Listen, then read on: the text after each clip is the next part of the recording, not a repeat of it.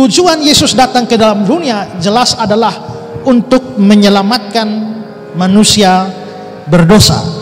Kalau kita melihat di dalam Yohanes 12 ayat 47, Aku datang bukan untuk menghakimi dunia, melainkan untuk menyelamatkannya. Yesus datang ke dalam dunia bukan untuk menghakimi dunia, melainkan untuk menyelamatkan. Ini kedatangan Yesus yang pertama. Nanti kedatangan Yesus yang kedua di akhir zaman itu bukan lagi untuk menyelamatkan, tapi untuk menghakimi.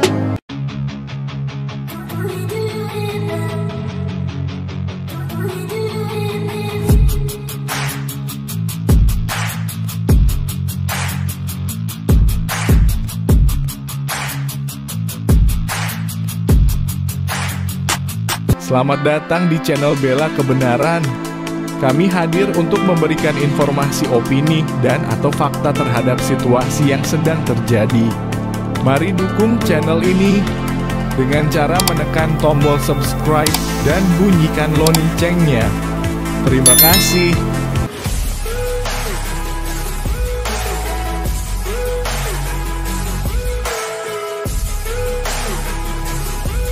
Baik, kita akan belajar hari ini dan saya ingin membahas satu tema bagi kita, yaitu keselamatan hanya melalui Tuhan Yesus Kristus.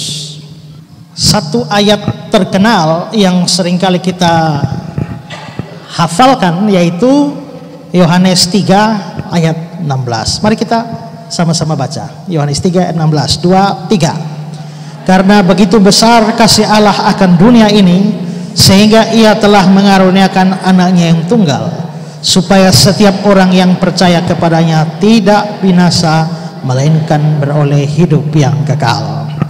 Nah, ayat ini sering menjadi bacaan kita, hafalan kita. Kalau ada berita anugerah, seringkali ayat ini dikutip. Natal juga ayat ini sering dikutip. Dan ini memang ayat yang mengandung inti iman Kristen, bahwa Allah itu mengasihi kita manusia. Kasihnya begitu besar, kasih yang begitu besar membuat dia mau mengaruniakan Yesus Kristus, anaknya yang tunggal, yang nantinya mati di kayu salib bagi kita, dan semua yang percaya kepada dia akan dapat hidup yang kekal.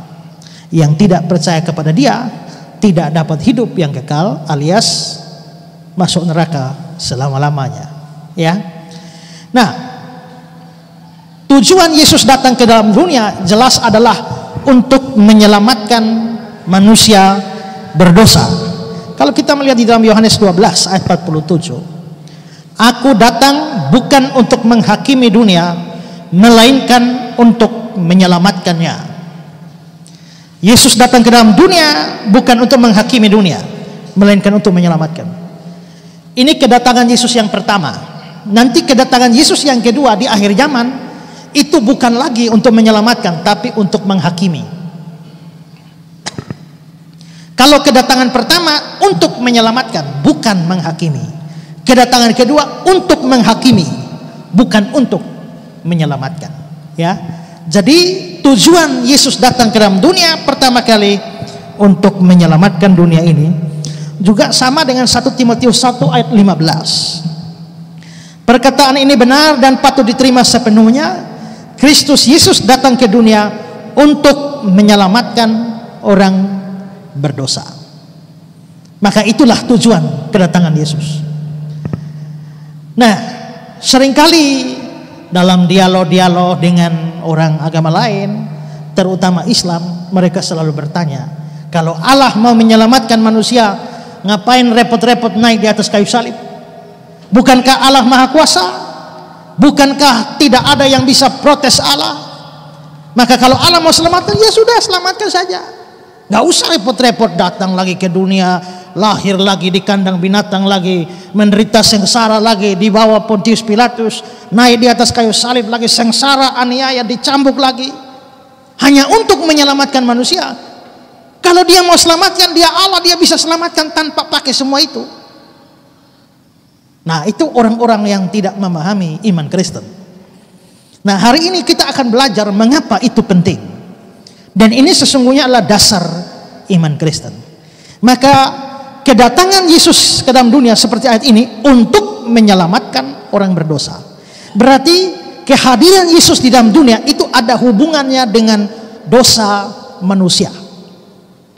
Kalau tidak ada dosa, Yesus tidak perlu datang. Tapi kedatangan Yesus itu karena ada dosa yang perlu diselesaikan. Karena itu saudara-saudara, hari ini saya ingin mengajak kita belajar beberapa hal seputar dosa manusia dan juga karya Allah melalui Yesus Kristus. Kita mau bahas beberapa hal hari ini. Yang pertama, saya ingin bahas bahwa semua manusia berada di bawah kuasa dosa. Bahwa kita semua orang berdosa, saya kira tidak perlu dibuktikan lebih jauh. Semua kita sadar kita orang berdosa.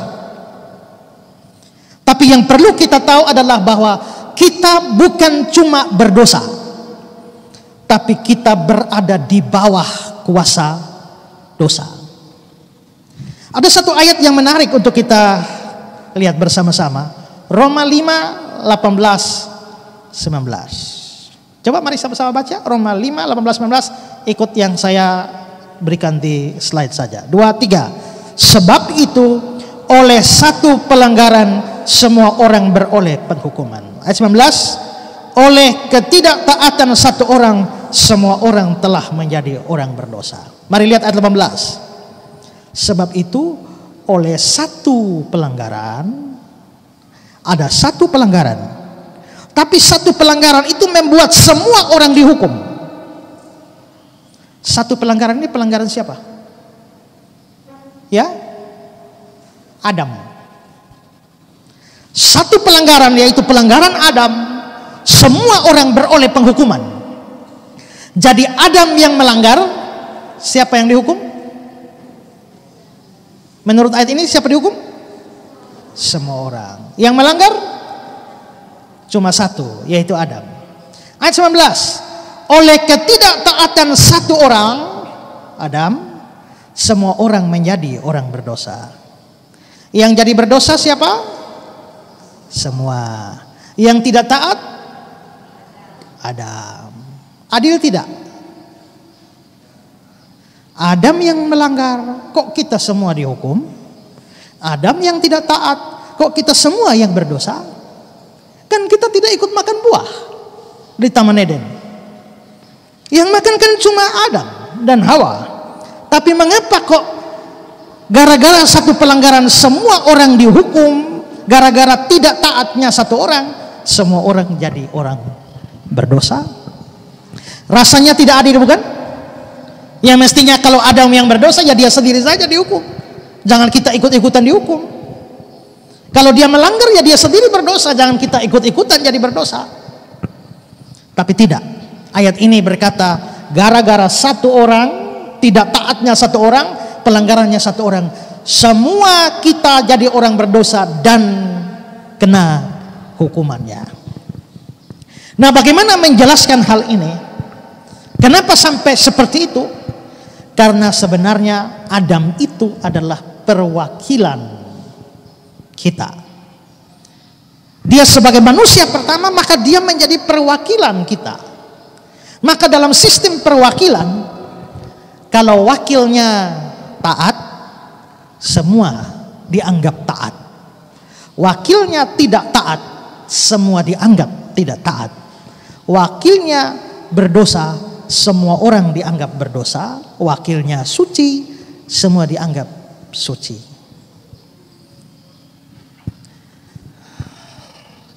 Kalau Indonesia mau bikin atau ada pertandingan sepak bola antar negara, Indonesia ikut pertandingan itu. Lalu bertandinglah Indonesia, bertanding sepak bola Indonesia lawan Thailand. Berapa orang yang main sepak bola? Berapa? 11 orang itu perwakilan Indonesia.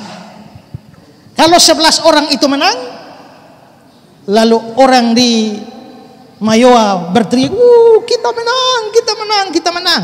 Pertanyaannya, ikut main? Tidak kan? Tidak ikut main. Tapi kenapa lompat-lompat? Karena 11 orang itu perwakilan kita. 11-nya menang. Kita menang, padahal tidak ikut main. Tapi kalau 11 orang itu kalah, kita kalah. Ikut main? Tidak. Tapi biarpun kita tidak ikut main, tapi kita merasa diri kalah. Karena 11 itu perwakilan kita. Maka 11 orang menang, seluruh Indonesia menang. 11 orang kalah, seluruh Indonesia ikut kalah. Kenapa? Karena 11 orang itu perwakilan Indonesia. Perwakilannya manusia itu Adam. Kalau Adam menang, seluruh manusia menang. Adam kalah, seluruh manusia kalah. Adam suci, semua manusia suci. Adam jatuh, semua manusia jatuh. Adam tidak taat, semua manusia tidak taat. Adam berdosa, semua manusia berdosa. Adam dihukum, semua manusia dihukum. Karena itu, kenapa? Karena kita ini kan keturunannya Adam. Kecuali ada di antara kita yang bukan turunan Adam. Karena kita turunan Adam, Adamnya berdosa, ya dia punya keturunan. Naturnya Adam menjadi berdosa, ya sudah, turunannya orang berdosa. Saya nanya, kalau monyet laki kawin sama monyet perempuan, anaknya apa? Monyet, monyet juga. Kalau monyet beranak, anaknya? Kalau monyet bercucu, monyet juga. Kalau monyet bercicit, monyet juga. 10 kali kawin, monyet juga. 200 kali kawin, monyet juga. Berarti yang dilahirkan oleh monyet pasti monyet. Tidak pernah ada monyet beranak belalang atau monyet punya anak kambing. Kan tidak.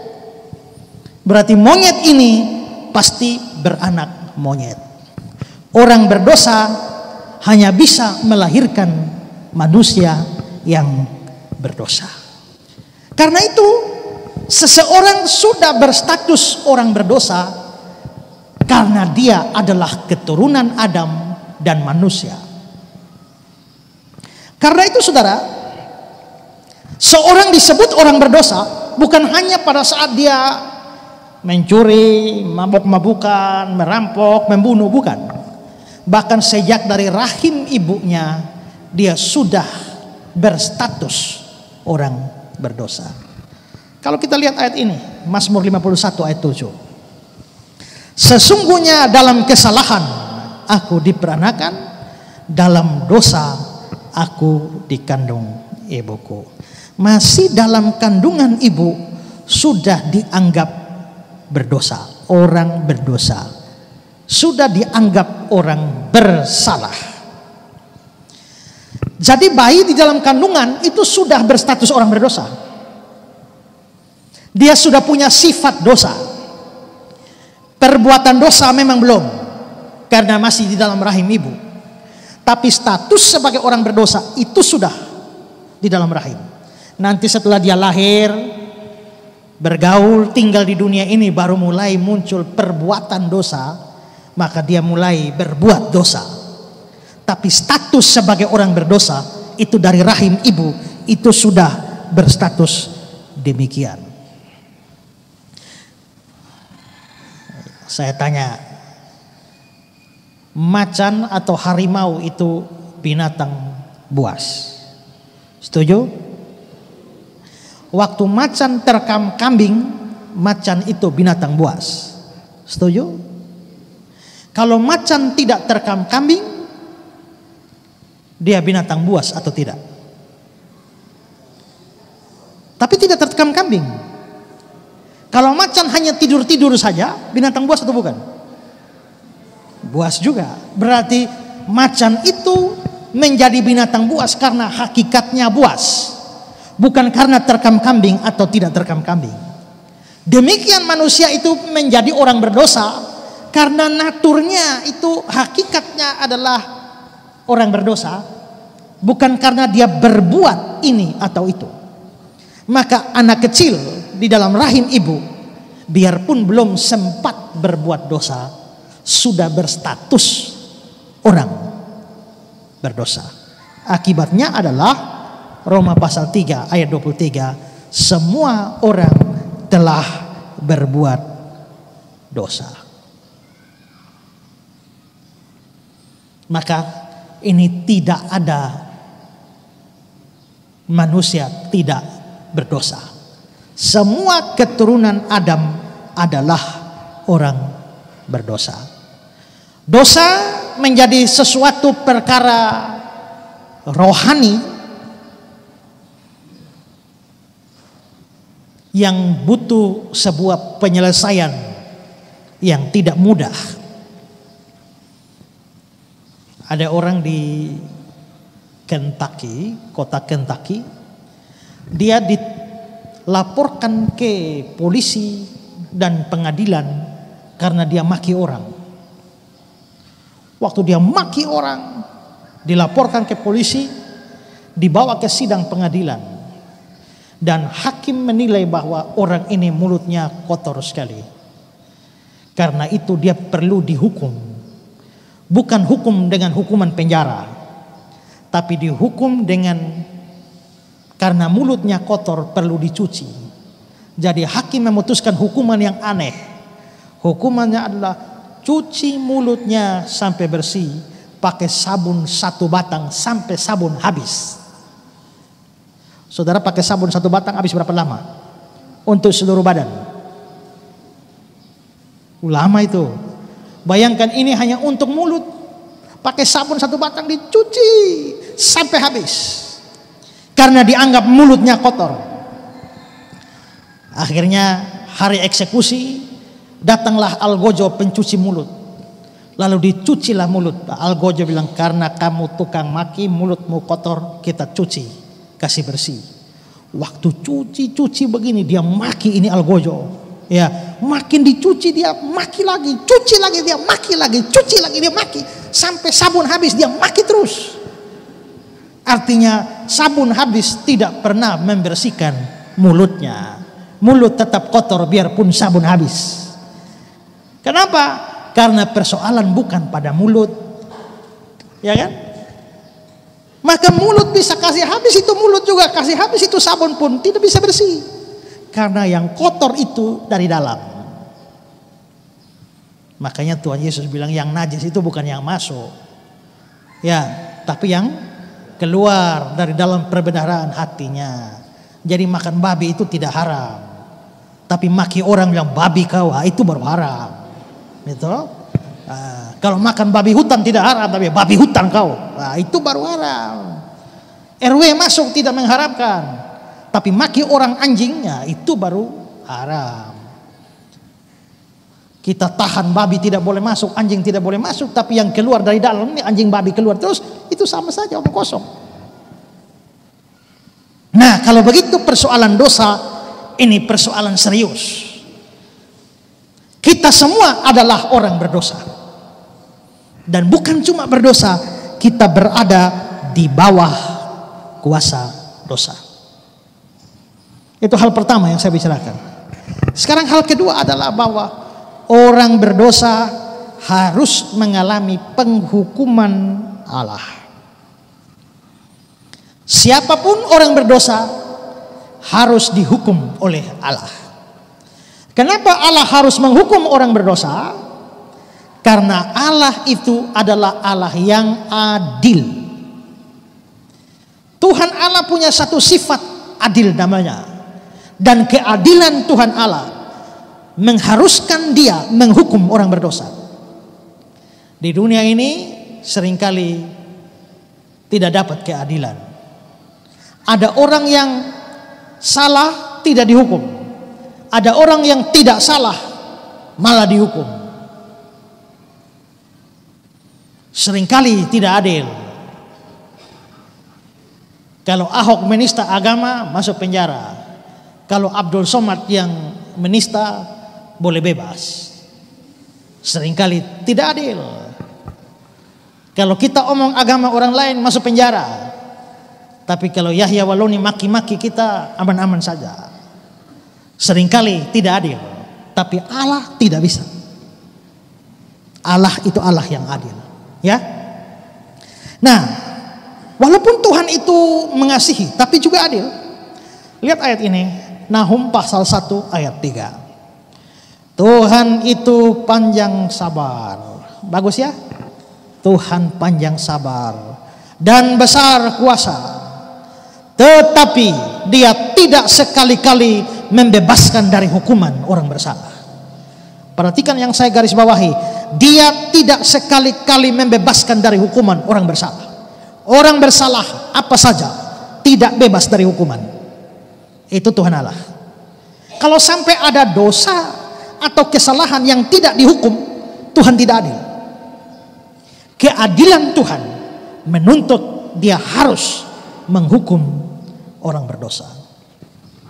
Orang berdosa dihukum, hukumannya apa? Pada waktu Adam dan Hawa berbuat dosa, sebelum berbuat dosa Tuhan sudah kasih peringatan. Kalau makan buah itu apa? Lihat Kejadian 2:17. Tetapi pohon pengetahuan tentang yang baik yang jahat itu jangan kau makan buahnya, sebab pada hari engkau memakannya, apa? Pastilah engkau mati. Jadi kalau makan buah di Taman Eden itu mati. Kapan matinya? Menurut ayat itu kapan matinya? Pada hari engkau memakannya. Jadi kalau makannya hari Rabu, matinya Rabu. Makan hari Jumat, matinya hari Jumat. Adam dan Hawa habis makan buah itu mati? Mati tidak? Tidak. Ternyata Adam masih umur panjang. Sampai berapa tahun? Adam itu 930 tahun baru mati. Berarti menurut firman Kejadian 2 ayat 17, pada hari makan pasti mati. Tapi ternyata Adam habis makan kok tidak mati. Masih umur panjang. Kalau begitu apakah firman Tuhan ini salah? Apakah firman Tuhan ini tidak ditepati? Apalagi Roma 6 ayat 23 bilang upah dosa ialah maut. Harus mati. Tapi kenapa Adam tidak mati? Begini, mati itu sebenarnya ada 3 macam. 3 jenis mati. Jenis pertama dari kematian itu namanya mati rohani. Mati rohani itu artinya adalah terpisah dengan Tuhan Allah. Kalau kita hidup terpisah dengan Tuhan, pada dasarnya kita sudah mati secara rohani. Biarpun rajin gereja tiap hari Minggu, tapi itu mayat rohani. Biarpun jadi majelis bisa mayat rohani. Pendeta pun bisa mayat rohani. Coba lihat apa yang terjadi pada waktu Adam dan Hawa berbuat dosa pada hari itu. Ayat 23-24 dari Kejadian pasal 3. Lalu Tuhan Allah mengusir dia dari Taman Eden. Ayat 24, Dia menghalau manusia itu dari sebelah timur Taman Eden. Berarti pada hari di mana Adam dan Hawa makan buah itu, Tuhan langsung mengusir mereka. Berarti mereka begitu makan buah langsung terpisah dari Tuhan. Inilah kematian. Kematian rohani terpisah dari Tuhan.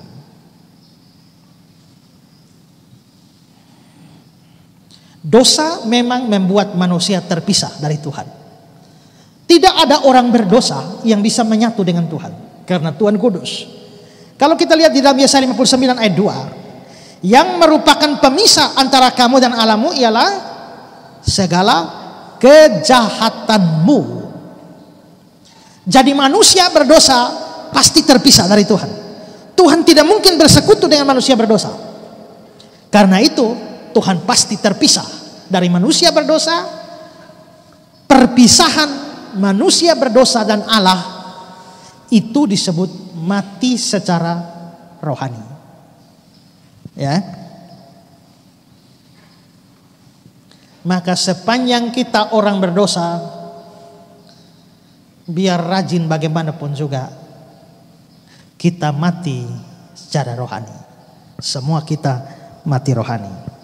Itu jenis mati yang pertama, mati rohani. Jenis kematian yang kedua, itu namanya mati jasmani. Kalau mati rohani itu putus hubungan dengan Tuhan Allah, mati jasmani itu apa?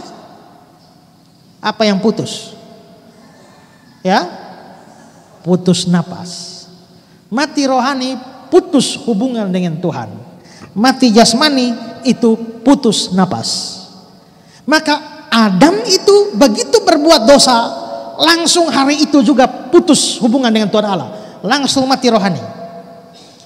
Tapi setelah Adam mati rohani, lama-lama mati jasmani menyusul, maka Adam pun jadi almarhum. Semua kita juga begitu. Kita lahir secara jasmani, tapi kita sebagai orang berdosa, maka kita sudah mati rohani. Lalu menyusul mati jasmani. Umurnya beda-beda. Ada yang baru 20 tahun lewat, mati. Ada yang 30 tahun, ada yang sampai 70 tahun, ada yang 100 tahun, ya, baru mati. Tapi semua orang pasti mati. Orang sudah bisa menemukan obat anti ini, anti itu, ya, anti penyakit ini, anti penyakit itu, tapi belum ditemukan obat anti mati. Ya, semua pasti mati. Tahu tidak bahwa Tuhan sebenarnya sudah menentukan umur kita masing-masing? Si A, Tuhan tentukan umur 50 tahun saja, habis itu mati. Si B umur 3 hari, begitu lahir 3 hari kemudian mati. Si C 112 tahun baru mati. Pokoknya Tuhan sudah tentukan masing-masing. Sudah ada jadwalnya. Maka saya tuh paling senang kalau pimpin kebaktian pemakaman. Itu KKR gratis. Tidak perlu bikin undangan datang sendiri, ya. Keluarga sudah pasang sound system, tinggal khotbah saja. Dan saya biasanya tidak mau urusan dengan nasib orang mati. Ini orang sudah mati, dia ke surga ke neraka saya tidak tahu. Kalau dia sungguh-sungguh percaya Yesus, dia pasti ke surga. Tapi kalau dia tidak sungguh-sungguh percaya Yesus, dia masuk neraka. Kadang-kadang ya ada jemaat yang namanya JKK, jemaat keliling-keliling. Ini minggu dia kebaktian di sini, ya, minggu depan GBI, minggu berikut GPDI, minggu berikut lagi gereja lain lagi. Sampai akhirnya mati, tidak ada gereja mau kubur. Karena ini jemaat tidak jelas. Tidak ada gereja mau kubur, tidak ada pendeta mau kubur. Saya bilang mari saya saja. Biarpun saya bukan pendetanya, dia tidak pernah muncul di gereja saya, biar saya kubur. Kenapa? Kesempatan beritakan Injil. Tapi saya tidak mau urus dia masuk neraka atau tidak urus. Tapi saya urus yang hidup ini. Dan sering saya berkhotbah, saudara, hari ini kita memakamkan almarhum ini. Besok kita akan memakamkan saudara. Tahukah saudara, kita semua ini calon almarhum, almarhumah. Siapa bisa yamin masih bisa hidup sampai hari besok? Kita tidak pernah tahu mati kapan. Ada orang sudah bau tanah di rumah sakit, tunggu-tunggu mati, tidak mati-mati. Ada orang bau parfum, keluar dari rumah, trek, hantam dia dan selesai. Tahukah saudara bahwa semua kita sudah ditetapkan umurnya? Maka tadi pagi baru 2 jemaat baru ulang tahun ya Pak Pendeta ya. Tahukah saudara seandainya begini, si A Tuhan tetapkan dia mati umur 50 tahun, 50 tahun mati. Waktu dia umur 30, ulang tahun ke 30, umur sisa berapa? 20. Ulang tahun ke 31, sisa berapa? Ulang tahun ke 45 sisa 5. Ulang tahun ke 46 sisa 4. Makin ulang tahun stok makin kurang. Jadi pertanyaannya adalah, orang berulang tahun tuh umurnya bertambah atau berkurang? Hah? Tergantung lihat dari mana kan? Kalau lihat dari hari lahir, 40, 41, 42, 43, tambah panjang. Tapi kalau lihat dari hari mati, 4, 3, 2, 1. Makin ulang tahun, kamu makin dekat lubang kubur. Tapi kita sering hanya suka lihat dari sebelah sana, lalu menyanyi panjang umurnya, panjang. Coba sekali-sekali lihat dari sini, pendek umurnya. Jadi jemaat yang berulang tahun 2 orang hari ini itu sebenarnya umur saudara berkurang 1 tahun. Makin dekat lubang kubur itu. Hanya kita tidak tahu kita ditetapkan mati umur berapa. Ya kan? Nah, tapi lambat atau cepat semua pasti akan lewat dari dunia ini. Kenapa? Itu akibat dosa. Setelah mati rohani, menyusul mati jasmani. Sakit-sakit belum tentu lebih dulu mati, dan sehat belum tentu belakangan mati. Satu kali ada pasien di rumah sakit, kayaknya dokter sudah angkat tangan, sudah menyerah, tinggal tunggu mati saja. Tapi karena dia belum mati-mati kan makin sengsara. Keluarga panggil saya, Pak Pendeta, bolehkah berdoa? Daripada opa ini sengsara terus, kita berdoa serahkan dia sama Tuhan sajalah. Supaya kalau Tuhan mau ambillah, supaya terlepaslah beliau dari penderitaan. Bisa tidak berdoa begitu? Ya kita berdoa saja, tapi Tuhan yang menentukan. Oke. Kalau begitu Pak Pendeta datang berdoa di rumah sakit. Ya oke lah. Saya pergi ke rumah sakit berdoa. Tuhan, opa ini menderita sengsara sekali, tidak mungkin sembuh lagi, dokter sudah angkat tangan. Ya. Jadi kalau boleh meminta, Tuhan mau ambil dia, ambillah. Dalam nama Tuhan Yesus kami serahkan dia. Pulang sampai rumah saya telepon besok pagi, sudah mati belum? Mereka bilang belum Pak Pendeta. Kalau begitu sebentar saya ke sana lagi. Saya ke sana lagi berdoa yang sama. Hari kedua,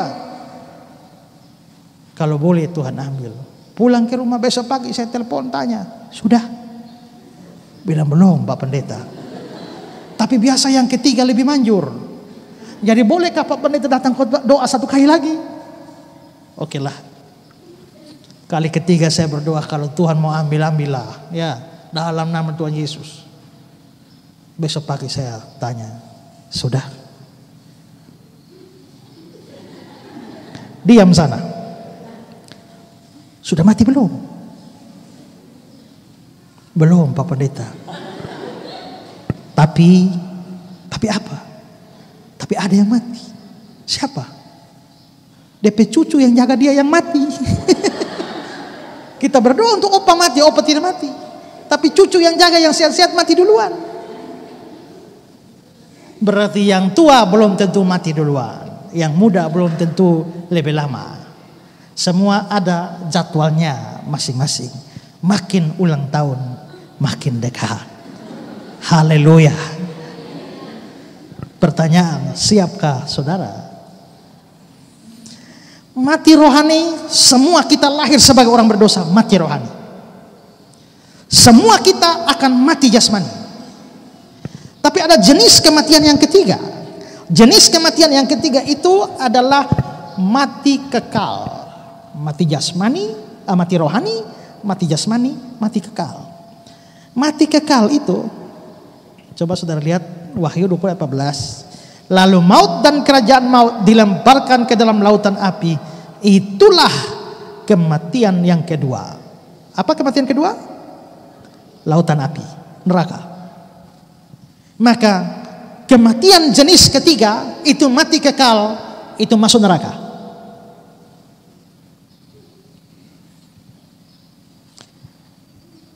Mati rohani, mati jasmani, mati kekal. Maka kalau tidak ada solusi bagi masalah dosa, semua manusia mulai dari Adam sampai manusia terakhir di dunia, semua harus masuk ke dalam neraka. Tanpa kecuali. Ya. Dan ingat, neraka adalah tempat penghukuman yang Tuhan Allah berikan untuk malaikat jahat dan iblis, dan juga semua orang yang berdosa tanpa Yesus. Maka semua kita akan mengalami 3 jenis kematian ini. Ingat poin pertama kita, semua manusia di bawah kuasa dosa. Kedua, Tuhan pasti menghukum orang berdosa. Dengan cara apa? 3 jenis kematian itu. Yang ketiga, manusia tidak bisa diselamatkan dengan cara apapun. Kita pasti dihukum oleh Allah, tapi kita tidak bisa bebas dengan cara apapun.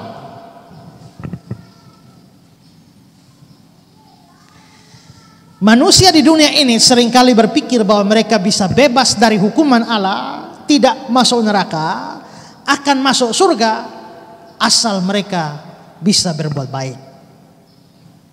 Itu menurut banyak orang, banyak agama di dunia ini. Tapi Kristen mengajarkan lain. Tidak ada orang bisa masuk surga atau selamat dengan berbuat baik. Tidak bisa. Kita lihat ayat ini, Galatia 2 ayat 16. Tidak seorang pun dibenarkan karena melakukan hukum Taurat. Hukum Taurat itu firman Tuhan. Sebab tidak ada seorang pun dibenarkan oleh karena melakukan hukum Taurat.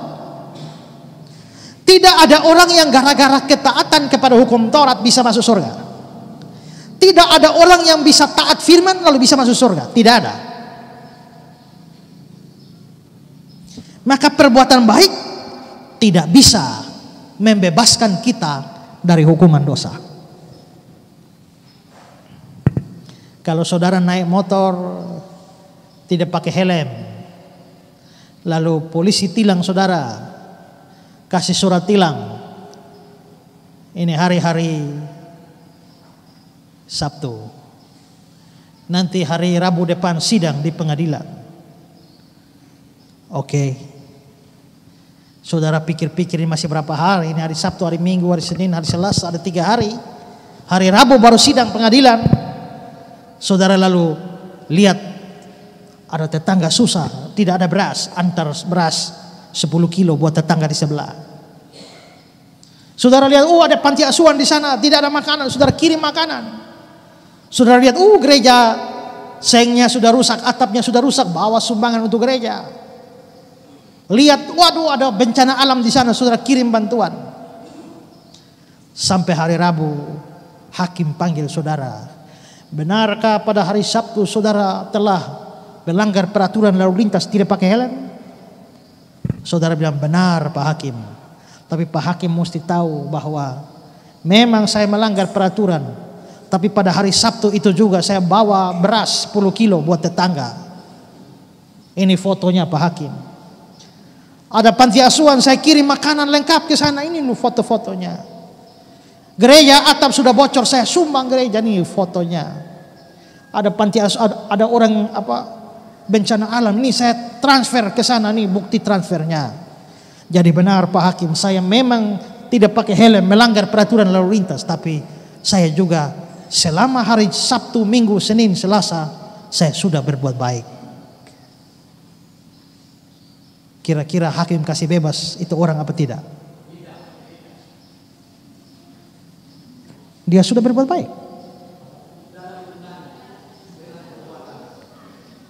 Pikir baik-baik baru jawab. Kira-kira hakim itu bebaskan orang itu atau tidak? Saya jawab, hakim itu pasti membebaskannya. Hakim itu pasti membebaskannya kalau hakim itu gila.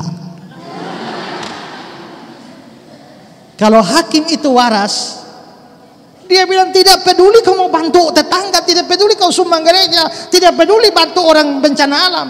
Pelanggaran tetap pelanggaran. Perbuatan baikmu tidak bisa menutupi pelanggaran. Kamu orang berdosa yang harus dihukum oleh Tuhan Allah. Tidak peduli amal ibadahmu, amal salehmu berapa banyak. Seluruh amalmu tidak pernah bisa menutupi dosamu. Jangan kau minum mabuk sepanjang minggu, baru hari Minggu pergi mengaku dosa, lalu saudara pikir, Tuhan pasti ampuni, lalu hari Senin sambung mabuk lagi. Tidak bisa. Perbuatan baik kita tidak bisa menutupi pelanggaran kita sama sekali. Orang Islam bilang nanti kalau mati timbang. Kalau perbuatan baik lebih banyak, lebih berat, dia masuk surga. Tapi kalau perbuatan baik, perbuatan jahat lebih berat, maka dia akan masuk neraka. Waktu saya berdebat sama Insan Moko Ginta, mualaf itu, dia bilang nanti timbang. Kalau amal lebih banyak masuk surga, kalau dosa lebih banyak masuk neraka. Lalu saya tanya dia, kalau perbuatan baik lebih banyak masuk surga, dosa lebih banyak masuk neraka. Kalau seandainya sama berat, masuk mana? Lalu kalau kita mau jujur saja, antara berbuat baik dengan dosa, mana lebih banyak? Kalau kita jujur, dosa lebih banyak. Jadi mestinya adalah kalau hitung berat saja, semua kita pasti akan masuk neraka. Perbuatan baik tidak bisa menolong. Maka jangan pernah berpikir saudara mau berbuat baik supaya mati masuk surga. Tidak bisa. Saudara mau tahu bagaimana Tuhan menilai perbuatan baik kita? Lihat ini. Demikianlah kami sekalian seperti seorang najis, dan segala kesalehan kami seperti kain kotor. Yesaya 64 ayat 6. Segala kesalehan kami seperti kain kotor. Ini kesalehan, bukan kesalahan. Kesalehan itu adalah perbuatan baik kita. Kalau kumpul semua jadi segala, suruh Tuhan nilai kain kotor. Kain kotor di sini bukan kain pel, bukan kain lap meja, bukan. Kain kotor di sini itu adalah, kalau diteliti lebih dalam, ini adalah kain pembalut wanita waktu menstruasi pada zaman dulu. Itu dinilai seperti kain kotor. Jadi kalau ada orang mau masuk surga dengan berbuat baik, dia sama dengan bawa kain kotor pada Tuhan, bawa pembalut pada Tuhan, lalu ini tiket masuk surga. Tidak bisa. Karena itu manusia tidak bisa selamatkan diri dengan perbuatan baik. Seorang namanya Cindy Jones, dia bilang begini, kamu bisa mencoba menyeberang lautan Atlantik dalam sebuah perahu kertas, sama seperti kau mau masuk surga dengan perbuatan baikmu sendiri. Saudara tahu itu perahu kecil yang anak-anak biasa bikin dulu, kita main-main bikin perahu kertas itu. Kita lepas di dalam drum, suruh menyeberang drum, bisa? Bisa. Tapi itu perahu kertas suruh menyeberang lautan Atlantik, bisa? Tak usah lautan Atlantik lah, suruh menyeberang Danau Poso, bisa? Tidak bisa. Demikianlah sama mustahilnya kalau kamu mau masuk surga dengan berbuat baik. Tidak ada orang bisa berbuat baik lalu masuk surga, tidak ada. Bagaimana kalau seorang pemabuk? Kalau pemabuk mati masuk surga atau neraka? Neraka. Kalau dia berhenti mabuk, mati masuk surga atau neraka? Bagaimana kalau seorang pencuri mati? Masuk neraka. Kalau dia berhenti mencuri, dia bertobat tidak mencuri lagi, mati masuk surga atau neraka? Tetap masuk neraka. Seorang pencuri mati masuk neraka, sudah bertobat tidak mencuri lagi, tetap masuk neraka. Seorang pezina masuk neraka, bertobat tidak berzina lagi, tetap masuk neraka. Loh, kenapa begitu? Kan sudah bertobat, tetap masuk neraka. Kenapa? Karena dosa itu di hadapan Tuhan itu dianggap hutang. Tahu dari mana dosa itu hutang? Saudara lihat ayat ini, doa Bapa kami. Ampunilah kami akan kesalahan kami, seperti kami juga mengampuni orang bersalah pada kami. Di sini kata kesalahan itu di dalam Alkitab bahasa Indonesia bilang kesalahan. Tapi di dalam Alkitab asli kata kesalahan ini adalah opeilema. Opeilema itu artinya hutang. Maka ayat ini mestinya berbunyi, ampunilah kami akan hutang kami, seperti kami juga mengampuni orang yang berhutang pada kami. Kita lihat Alkitab bahasa Inggris saja, versi King James. And forgive us our debts as we forgive our debtor. Kata debts itu hutang. Debtor orang yang berhutang. Pernah dengar kata debts collector? Penagih hutang. Jadi dosa itu hutang di hadapan Tuhan. Pertanyaan kita, apakah hutang bisa selesai dengan berhenti hutang? Saya tidak punya uang, butuh uang, Pak Pendeta pinjam 100 juta dah. Dikasih dah, pinjam saya 100 juta. Minggu depan tambahlah 100 juta, sudah 200. Minggu berikut lagi tambah lagi, hutang sudah 1 miliar. Bapak Pendeta mulai marah sama saya gara-gara pinjam 1 miliar. Akhirnya saya bilang, Pak Pendeta, minta maaf, sudah utang sudah banyak 1 miliar. Saya janji buat Pak Pendeta mulai sekarang tidak utang lagi. Saya bertobatlah, tidak hutang lagi. Terima kasih, permisi. Selesai masalah.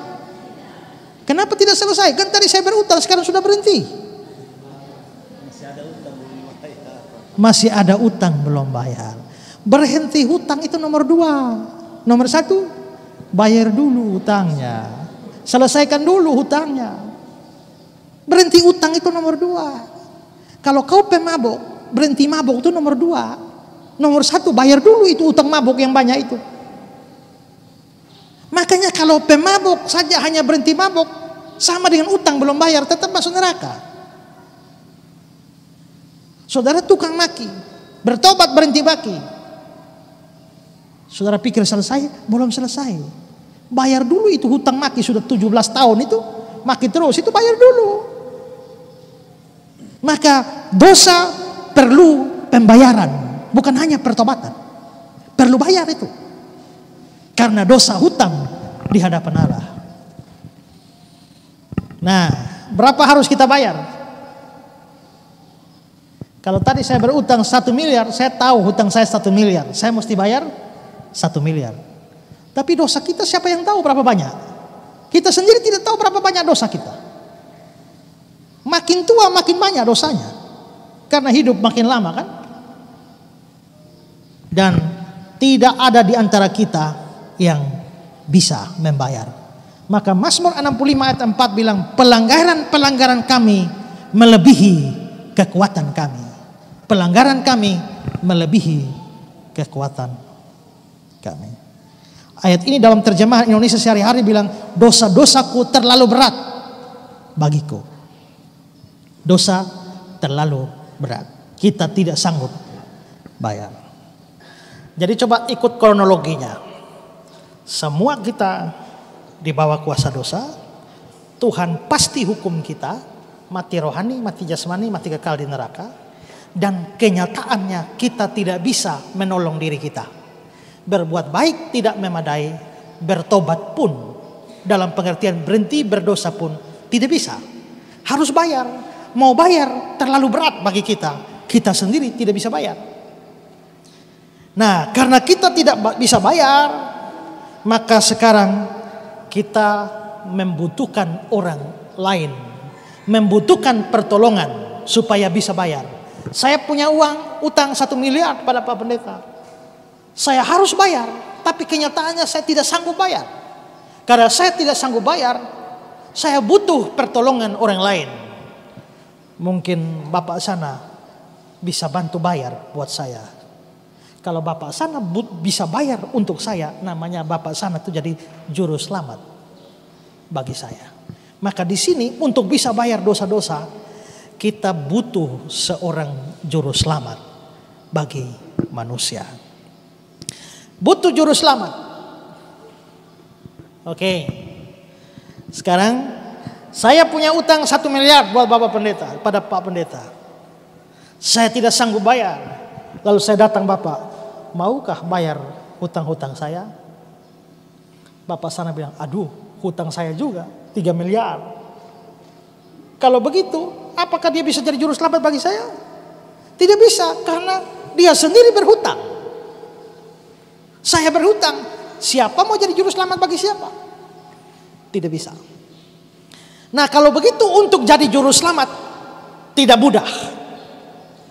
Juru selamat itu harus memenuhi persyaratan. Persyaratan pertama adalah dia harus manusia. Kenapa? Karena yang berdosa itu manusia. Maka syarat pertama juru selamat dia harus manusia. Syarat kedua adalah dia harus tidak berdosa. Tadi kita sudah melihat di dalam poin pertama bahwa yang namanya manusia semua berdosa.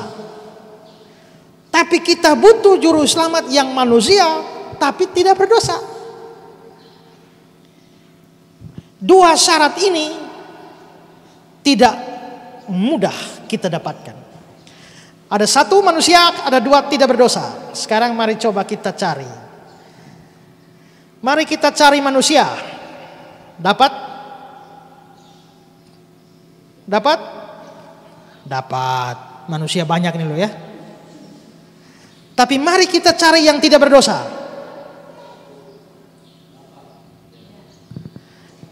Dari Sabang sampai Merauke tidak dapat.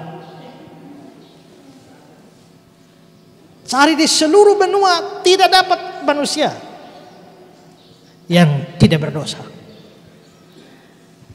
Yang namanya manusia semua lahir sebagai keturunan Adam, ya berdosa semua. Maka dengan kata lain, kita tidak menemukan juru selamat di dunia ini. Maka dengan kata lain, kita tidak ada juru selamat. Nah, kalau begitu jangan cari di dunia, kalau kayaknya di dunia tidak dapat. Maka marilah kita cari di surga. Begitu di surga, apakah ada yang tidak berdosa? Ada. Siapa? Allah sendiri. Tapi masalahnya yang di atas sana itu bukan manusia. Di sini ada manusia, tapi berdosa semua. Di sana ada yang tidak berdosa, tapi bukan manusia. Di sini syarat nomor 1 terpenuhi, tapi syarat kedua tidak terpenuhi. Di sana syarat kedua terpenuhi, tapi syarat pertama tidak terpenuhi. Maka ini menjadi kesulitan untuk mendapatkan juru selamat yang manusia, tapi tidak berdosa. Manusia banyak, tidak berdosa tidak ada. Tidak berdosa ada, tapi bukan manusia. Nah, inilah kesulitannya untuk menemukan juru selamat. Nah, terus bagaimana kita mendapatkan juru selamat? Ini mengantar kita pada poin yang kelima. Yesus Kristus adalah satu-satunya juru selamat yang disediakan Allah. Oke, mari kita berpikir. Kita butuh juru selamat memenuhi 2 syarat. Pertama manusia, kedua tidak berdosa. Yesus ini adalah Allah, tapi dia bukan manusia. Maka dia memenuhi syarat nomor 2, tapi syarat pertama tidak dipenuhi.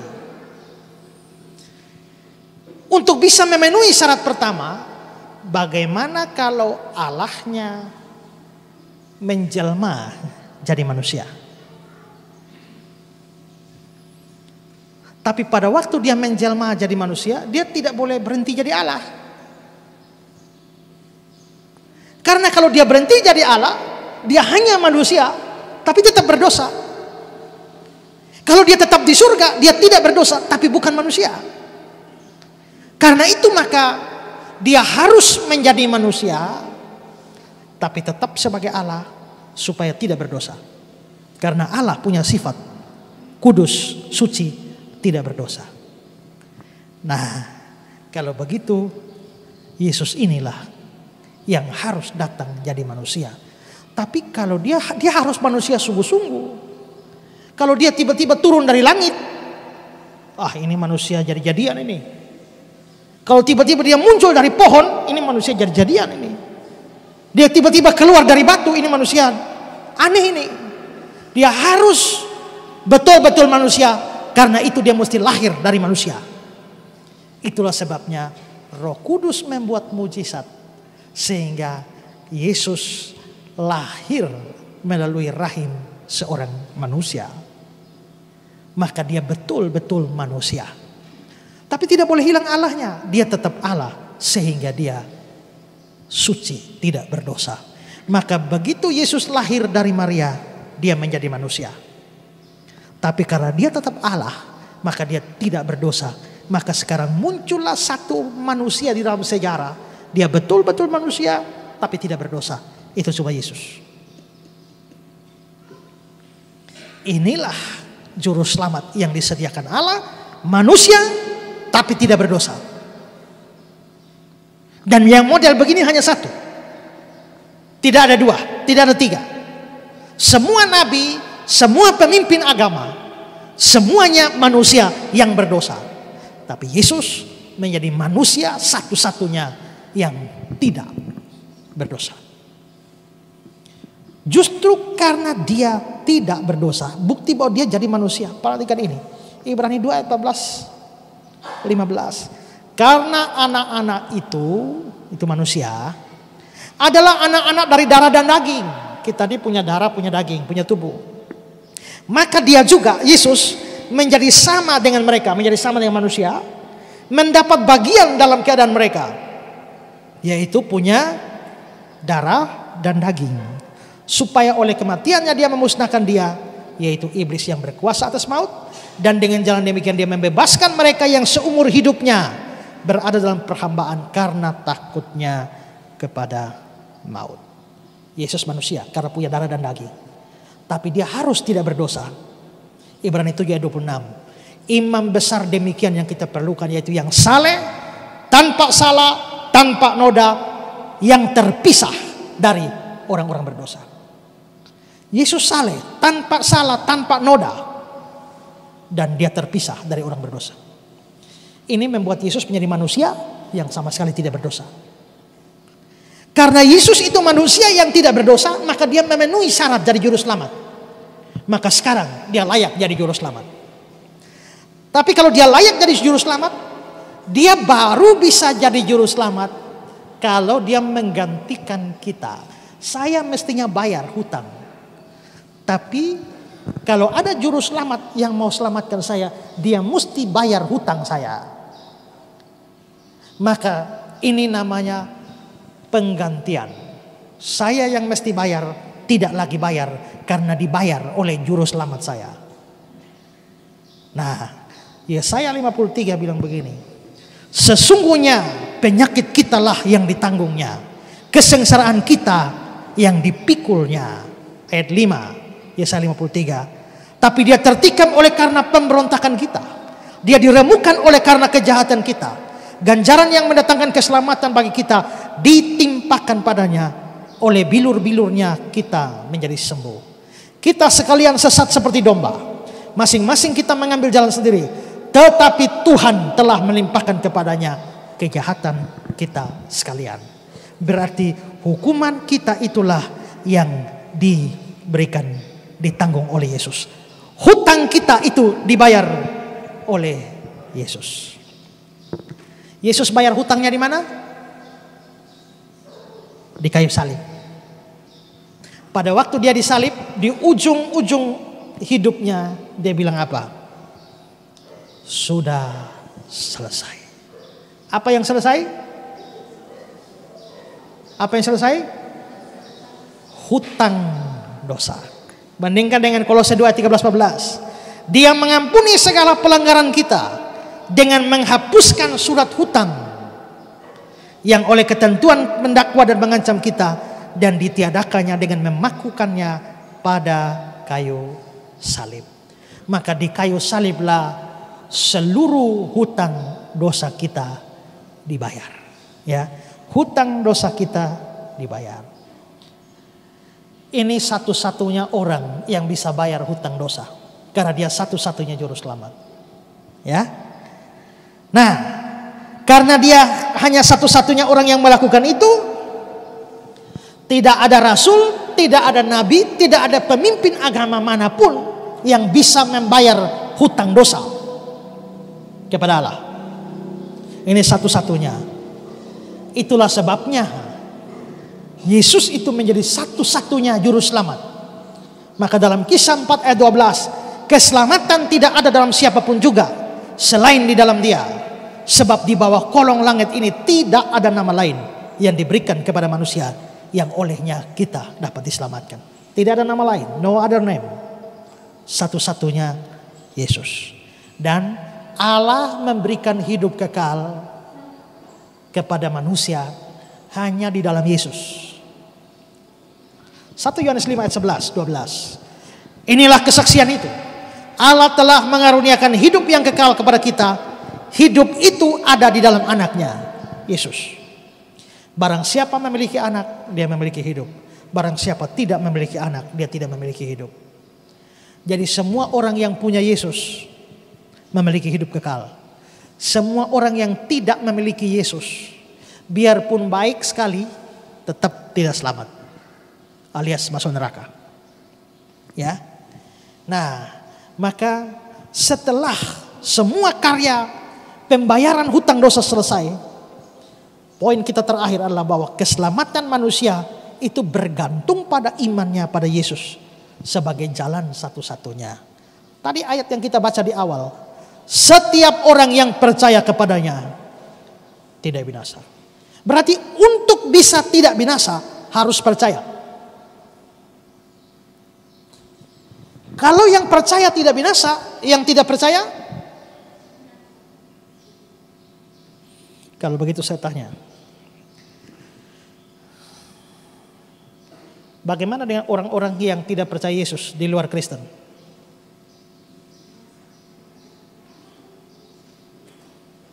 Binasa atau masuk surga? Bisa masuk surga? Binasa. Tak usah di luar Kristen. Banyak orang dalam Kristen akan binasa. Karena apa? Dia rajin ke gereja tapi belum tentu sungguh percaya Yesus. Itu hanya karena kebetulan nenek moyangnya Kristen, opa omanya Kristen, papa mamanya Kristen. Begitu dia lahir langsung baptis, lalu katekisasi, ikut perjamuan, tapi dia sendiri belum pernah sungguh-sungguh percaya Yesus. Orang seperti itu biarpun di dalam gereja, dia tidak pernah sungguh-sungguh percaya Yesus, dia tidak mungkin akan diselamatkan. Karena itu kita yang adalah orang Kristen jangan pikir, kita ini orang dalam pasti selamat. Tidak. Kalau saudara belum sungguh-sungguh percaya Yesus, tidak bisa selamat.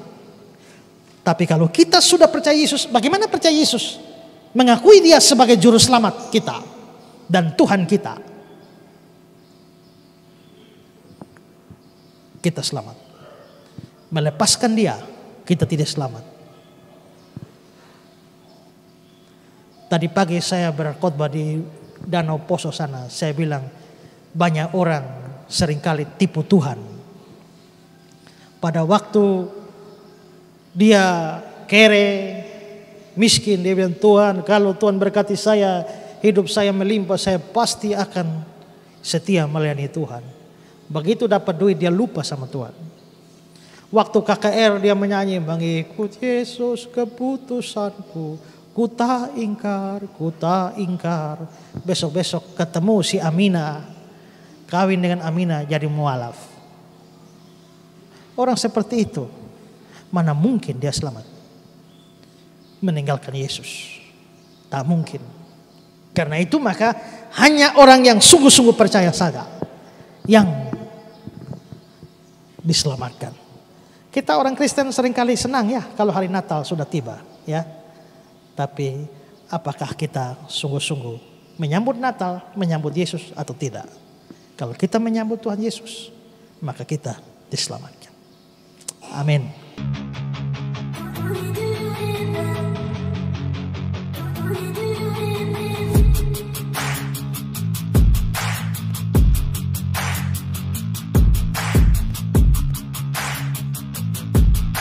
Terima kasih sahabat sudah menyaksikan tayangan kami hari ini. Tuhanlah yang membalas dan memberkati kita semua. Apabila sahabat diberkati, marilah kita dengan murah hati untuk share video ini kepada teman-teman kita yang lain, kepada grup-grup keluarga dan sebagainya. Dan jangan lupa meninggalkan komentar di bawah video ini, serta menekan tombol subscribe video kami, sehingga sahabat tidak ketinggalan video-video terbaru dari kami. Terima kasih. Tuhan Yesus memberkati kita semua. Dan dengarkanlah firman Tuhan singkat ini. Mintalah maka akan diberikan kepadamu. Carilah maka kamu akan mendapat. Ketuklah maka pintu akan dibukakan bagimu. Kita harus melakukan sesuatu sampai sesuatu itu akan terwujud atas hidup kita. Minta, cari, dan ketuklah maka Tuhan pasti membukakan pintu.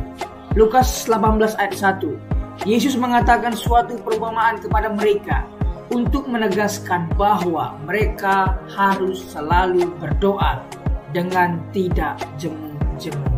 Kita berdoa dengan tidak jemu-jemu. Terus minta maka pasti akan diberikan.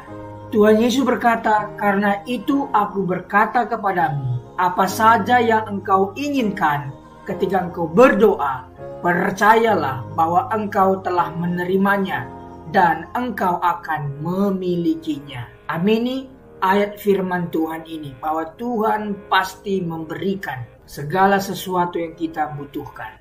Semoga Allah, sumber pengharapan, memenuhi kamu dengan segala sukacita dan damai sejahtera dalam iman kamu, supaya oleh kekuatan Roh Kudus kamu berlimpah-limpah dalam pengharapan.